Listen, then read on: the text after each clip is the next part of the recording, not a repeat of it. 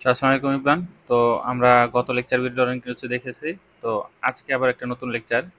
চলো আমরা শুরু করি। তো আজকে আমরা দেখবো HTML এ টেক্সট ফরম্যাটিং। তো এটা তো আমরা নেক্সট ক্লাসে দেখেছি। তো এটা দেখার প্রয়োজন নাই, পরবর্তীতে যাই। তো HTML এ মন্তব্য বা কমেন্টস লেখা। সাপোজ ধরো যারা হচ্ছে ওয়েব ডেভেলপার তারা তো অনেক হাজার হাজার কোড লেখে। তো একটা ওয়েবসাইটে যে কোড যে ওয়েব মানে কি করে ওটারে, যে ওয়েবসাইটটা বিল্ড করে, তো একজনে কিন্তু করতে মানে পসিবল না। তুমি যদি বড় বড় ওয়েবসাইট দেখো, গুগল, ফেসবুক, ইউটিউব, এগুলা কিন্তু তোমার একজনে করতে পারে না কখনো। বিভিন্নভাবে বিভিন্ন জন এইটা কন্ট্রিবিউট করে। তো তুমি ধরো একটা অংশ কোড করছো, এখন ওই কোডটা যদি অন্যজন দেখে সে কিন্তু নাও বুঝতে পারে। এর জন্য তোমাকে কি করতে হবে, কোড করার সাথে সাথে একটা কমেন্ট করে দিতে হবে, যাতে যদি অন্য কেউ এই কোডটা পড়ে সে যেন বুঝতে পারে যে এইখানে কি লেখা হয়েছে। কিন্তু তুমি যে কমেন্টটা করতেছো এইটা কিন্তু তোমার ওয়েবসাইটে শো করবে না। তো এইটাই হচ্ছে আমাদের কমেন্টস। তো দেখো, HTML এ কমেন্টস লেখার জন্য আমাদের কি করতে হয়, এই যে এই যে চিহ্নটা, এইটা এবং এই যে দুইটা দিতে হবে, এবং শেষের দিকেও দুইটা এই যে এভাবে দিতে হবে, এবং একটি যে অ্যাঙ্গেল ব্র্যাকেট দিতে হবে। স্টার্ট কমেন্ট এবং ইন কমেন্ট যদি দাও, এবং মাঝে তোমার হচ্ছে লেখাটা তুমি লিখবা, লেখার পরে দেখবা এটা কি হয়ে গেছে, কমেন্ট হয়ে গেছে, এবং তোমার হচ্ছে ব্রাউজারে শো করবে না। যে কিন্তু পরবর্তী যদি কেউ পড়ে তাহলে বুঝতে পারবে যে এই কোডে কি বোঝানো হয়েছে। সো পরবর্তীতে আমরা দেখি যে HTML হেড এলিমেন্ট। তো আমরা যে পড়ছিলাম যে HTML এর যে হেড সেকশনটা ছিল, তো এই হেডের ভিতরে কি কি জিনিসপাতি থাকে। তো দেখো, এই জায়গায় হেড ট্যাগের ভিতর কি থাকে, আমাদের টাইটেল থাকতে পারে, মেটা, লিঙ্ক, বেস, স্ক্রিপ্ট ইত্যাদি একসময় ব্যবহার করা যায়। তো দেখো, এই যে হেড HTML হেড এলিমেন্টে কি কি থাকে, title tag, base tag, link tag, মেটা ট্যাগ, স্ক্রিপ্ট ট্যাগ এবং স্টাইল ট্যাগ থাকে। তো টাইটেল ট্যাগে তো তোমরা জানোই যে উপরে হচ্ছে আমাদের শো করে ওয়েবসাইটের নামটা। বেস ট্যাগ এটা না বুঝলেও চলবে। তারপর লিঙ্ক ট্যাগের মাধ্যমে আমরা কি করি, অন্য একটা এক্সটার্নাল লিঙ্ক আমরা ইউজ করতে পারি। তারপরে মেটা ট্যাগ, তারপরে স্ক্রিপ্ট ট্যাগ, তারপরে স্টাইল ট্যাগ হচ্ছে তোমার ওই বিভিন্ন ধরনের স্টাইল ইউজ করার ক্ষেত্রে ইউজ করা হয়। তো এগুলো হচ্ছে আমাদের হেড এলিমেন্টের ভিতরে বা হেড ট্যাগের ভিতরে আমাদের মানে থাকতে পারে। পরবর্তীতে এই যে টাইটেল ট্যাগের ব্যবহার, HTML ডকুমেন্টে টাইটেল ট্যাগ ব্যবহার করে টাইটেল দেওয়া হয়। টাইটেল হিসেবে দেখা লেখাটি ডকুমেন্টের ভিতর প্রকাশিত না হয়ে ওয়েব পেজে উইন্ডোজের শিরোনাম হিসেবে দেখায়। পেজের কন্টেন্টের সাথে মিল রেখে টাইটেল নির্ধারণ করা উচিত। তো এই যে দেখো আমরা কিভাবে টাইটেল দেই। তো টাইটেল হচ্ছে এই যে দেখো, HTML টিউটোরিয়াল, এই যে দেখো HTML, এই যে HTML শুরু হলো, এবং হেড ট্যাগের ভিতর আমাদের টাইটেল ইউজ করছে, এবং টাইটেলের কি আমাদের ক্লোজিং ট্যাগ আমরা শেষ করেছি। তো দেখো, এই যে কি দিছে, describe the title of web page here. তো এই যে একটা ওয়েব পেজ আমরা বিল্ড করব, এই অবশ্য কিছু নাই, শুধু একটা লেখা আছে। এই ওয়েব পেজটা তোমার কি টাইপের ওয়েব পেজ, ওই ইউজ করে তোমার হচ্ছে ওয়েব পেজের টাইটেল দেয়, এবং টাইটেলটা আমাদের এই ব্রাউজারে এভাবে শো করে। ঠিক আছে। তো এইটাই হচ্ছে আমাদের টাইটেল ট্যাগের ব্যবহার। পরবর্তীতে আহ, আমরা দেখব লিঙ্ক ট্যাগের ব্যবহার। লিঙ্ক হচ্ছে লিঙ্ক ট্যাগটি ডকুমেন্ট এবং এক্সটার্নাল রিসোর্সের মধ্যে লিঙ্ক স্থাপন করে। সাধারণত এক্সটার্নাল স্টাইলিশ শিটকে ডকুমেন্টের সাথে সংযুক্ত করতে লিঙ্ক ট্যাগ ব্যবহার করা হয়।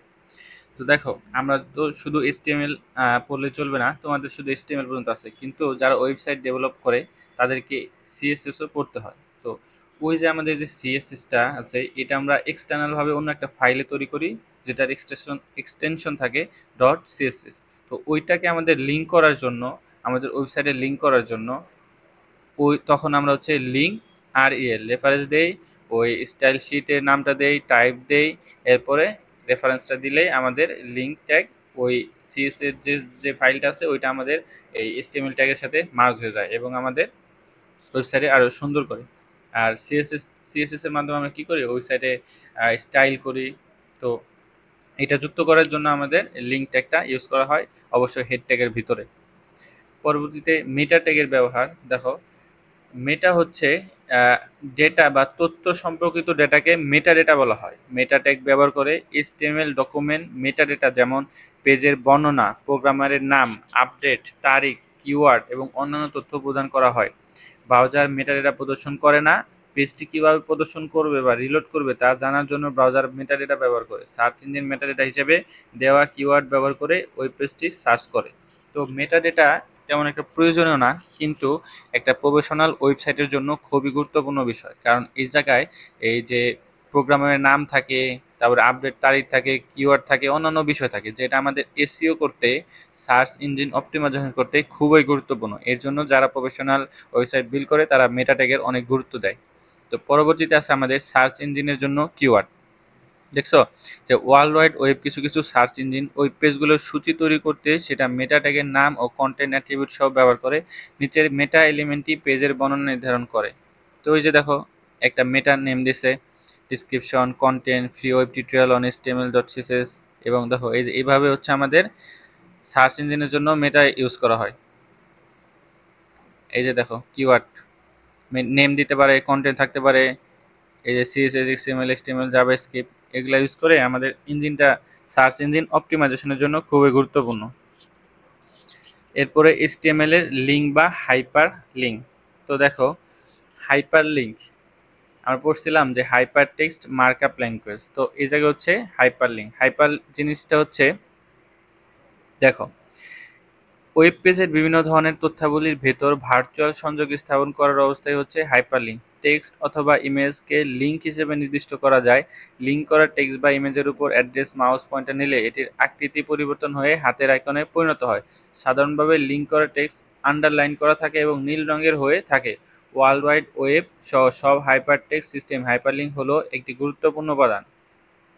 তো এই যে আমাদের হাইপার লিঙ্ক ইউজ করতে গেলে আমাদের এ ট্যাগ ইউজ করতে হবে এবং এইচ রেফ ইউজ করতে হবে।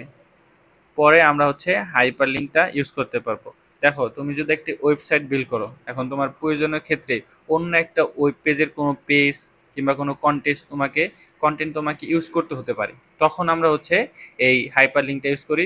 তুমি যদি হাইপার লিঙ্কে যাও তখন দেখবে, তুমি যদি যাও মাউস পয়েন্টার নিলে তুমি দেখবে ওইটা হচ্ছে লাল হয়ে গেছে কিংবা সবুজ হয়ে গেছে, বিভিন্নভাবে বিভিন্ন কালার হয়ে যায়। ওটা হচ্ছে আমাদের যারা ওয়েবসাইট ডেভেলপ করে তারা যদি স্টাইল করে ওইরকমভাবে। তো ওইটা তুমি যদি ক্লিক করো দেখবা তোমাকে অন্য একটা ওয়েবসাইটে নিয়ে গেছে। তো এই যে কাজটা করা হয় এইটাই হচ্ছে আমাদের হাইপার লিঙ্ক। ঠিক আছে, তো হাইপার লিঙ্ক ইউজ করার জন্য যে এই কাঠামোটা আমরা ইউজ করি। তো প্রথমে হচ্ছে আমাদের এ ট্যাগ থাকবে, এ হচ্ছে অ্যাঙ্কর ট্যাগ। ঠিক আছে, এই দেখো এ ট্যাগ, এটার আবার ক্লোজিং ট্যাগও আছে। তো এই ট্যাগের ভিতরে যে ওপেনিং ট্যাগ আছে ওটার ভিতরে আমরা এইচ রেফ হাইপারলিঙ্ক রেফারেন্স ইউজ করি এবং ইউআরএলটা দিই। তুমি যে ওয়েবসাইটের লিঙ্কটা তুমি শেয়ার করতে চাও দেখবা ওই লিঙ্কটা নিয়ে এসে, মানে ওই কন্টেন্টের লিঙ্কটা নিয়ে এসে তোমাকে হচ্ছে এই যে সমান সমান সাইন আছে ওটার উপরে আমাদের এই যে কোটেশন আছে এইটার ভিতরে আমাদের ওই লিঙ্কটা পেস্ট করতে হবে। এবং ওই তুমি যে শো করতে চাও যে ওই লিঙ্কের কি নামে শো করবা, ঠিক আছে, ওই নামটা তোমায় যে দিতে হবে, যে আওয়ার হোম পেজ দিল। এখন তুমি যদি এই আওয়ার হোম পেজের উপর যদি ক্লিক করো তোমার ডিরেক্ট ওই পেজে নিয়ে যাবে। ঠিক আছে, ওইটাই হচ্ছে আমাদের এই হাইপার লিঙ্ক। দেখো এটা বলছে আমাদের অ্যাট্রিবিউট, এটা তো আমরা অবশ্যই জানি। এটা হচ্ছে অ্যাট্রিবিউট নেম, তারপর হচ্ছে অ্যাঙ্কর টেক, এই যে হচ্ছে অ্যাঙ্কর টেক। ঠিক আছে, যে এই অ্যাঙ্করের মাধ্যমে আমরা অন্য একটা ওয়েবসাইটে যেতে পারতেছি, অন্য একটা পেজে যেতে পারতেছি। এবং এটা তো হচ্ছে ক্লোজিং ট্যাগ, আর এসে হচ্ছে ওপেনিং ট্যাগ, তোমরা জানি। দেখো এর পরবর্তীতে হচ্ছে আমাদের টার্গেট অ্যাট্রিবিউট। তো লিঙ্ক করা ডকুমেন্ট কোথায় ওপেন হবে সেটি নির্ধারণ করে টার্গেট অ্যাট্রিবিউট ব্যবহার করা হয়। তো দেখবা তুমি যদি মাঝে মধ্যে যদি কোনো লিঙ্কে ঢুকো দেখবা যে ওই জায়গায় ওপেন হচ্ছে, ঠিক আছে, তুমি যে ওয়েবসাইটে আসো ওই সাইটেই তোমার হচ্ছে গিয়ে লিঙ্কটা ওপেন হইতেছে। তো ওইটা হচ্ছে তোমার আমাদের কোনো টার্গেট সেট করা নাই। তুমি যদি চাও যে পেজটা অন্য একটা নতুন ওয়েবসাইট, মানে নতুন একটা বারে ওপেন হবে, তখন তোমাকে এই টার্গেট অ্যাট্রিবিউট ইউজ করতে হবে। তো যেমন দেখো এই যে এই স্টেপ এই পর্যন্ত আমরা জানি, এই যে টার্গেট, এই টার্গেট অ্যাট্রিবিউট ইউজ করে যে ব্ল্যাঙ্ক দিছে। ব্ল্যাঙ্ক মানে কি, এটা অন্য একটা ব্ল্যাঙ্ক পেজে ওপেন হবে। তোমার যে ওয়েবসাইটে ছিল ওই ওয়েবসাইট ওপেন হবে না, হবে কি অন্য একটা ব্ল্যাঙ্ক ওয়েব মানে ওয়েব পেজে, তখন তুমি ওই জিনিসটা দেখতে পারবা। এটাই হচ্ছে টার্গেটের কাজ।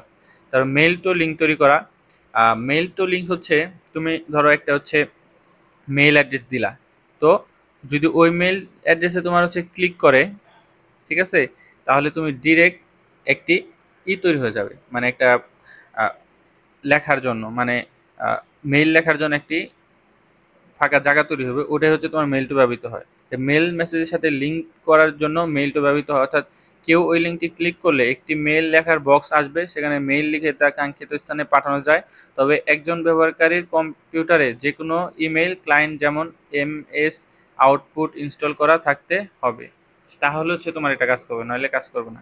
তো এইটাও কিন্তু আমাদের মনে রাখতে হবে। তবে এইগুলো আমাদের বেশি একটা প্রয়োজনীয় না, তারপর দেখে রাখবা, ভবিষ্যতে কাজে দিতে পারে। তো আজ এই পর্যন্তই। পরবর্তীতে আমরা দেখব ইমেজ লিঙ্ক হিসেবে ব্যবহার, এরপরে ইমেজ পেজ যুক্ত করা, কিভাবে যুক্ত করে, তো এগুলো আমরা দেখব।